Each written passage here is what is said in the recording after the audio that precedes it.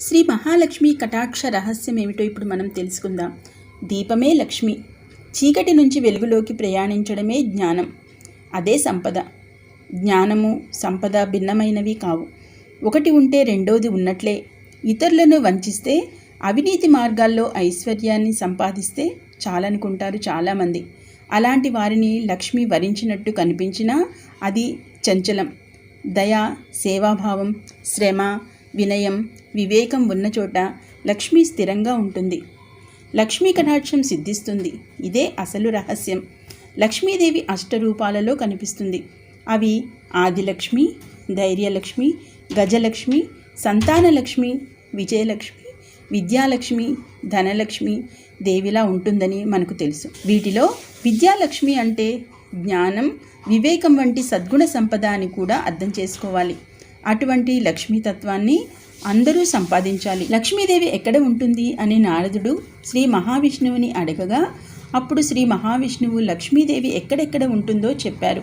అవి ఏమిటంటే, అఖిల విశ్వం సమస్త ప్రాణులు నా ఆధీనంలో ఉంటే నేను నా భక్తుల ఆధీనంలో ఉంటాను. మీరు నా భక్తులు కనుక మీకు పరమైశ్వర్యాన్ని అందించే ఆ అచల లక్ష్మిని ప్రసాదిస్తాను. అయితే దానికి ముందుగా నేను చెప్పబోయే మాటలు వినండి అంటూ లక్ష్మి ఎవరెవరి వద్ద ఉంటుందో, ఎవరి వద్ద ఉండదో వివరించాడు.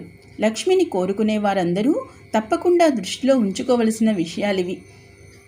భగవద్భక్తులపై కోపగించే వారి గృహంలో లక్ష్మీదేవే కాదు, శ్రీహరి కూడా ఉండరు. శంఖధ్వని వినిపించని చోట, తులసిని పూజించని చోట, శంకరుని అర్చించని చోట, బ్రహ్మవేత్తలకు అతిథులకు భోజన సత్కారాలు జరగని చోట లక్ష్మీదేవి నివసించదు.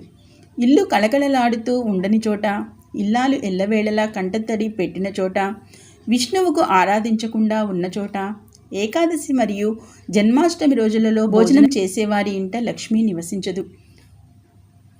హృదయంలో పవిత్రత లోపించినా, ఇతరులను హింసిస్తున్నా, ఉత్తములను నిందిస్తున్నా లక్ష్మి ఆ ఇంటిలో నుంచి వెళ్ళిపోతుంది. అనవసరంగా గడ్డి పరకలను తెంచిన, చెట్లను కూలగొట్టిన లక్ష్మీ కటాక్షం లోపిస్తుంది. నిరాశావాదులను, సూర్యోదయ సమయంలో భోజనం చేసేవాని, తడి పాదాలతో నిద్రపోయేవారిని, వివస్త్రులై నిద్రపోయేవారిని, తలక్రిందులుగా మాట్లాడేవారిని, తమ తలకు రాసుకున్న నూనెను ఇతరులకు అంటించేవారిని కూడా లక్ష్మి వరించదు.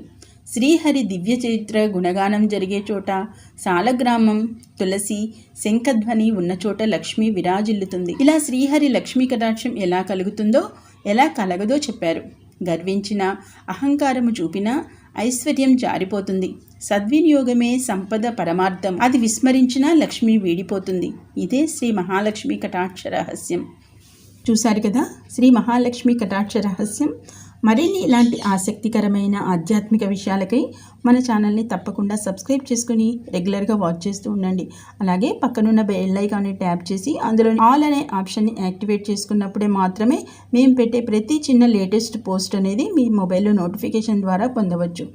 అలాగే వీడియోని తప్పకుండా లైక్ చేసి మీ ఫ్రెండ్స్ అండ్ ఫ్యామిలీ మెంబర్స్ అందరికీ షేర్ చేయండి. Okay, thank you for watching.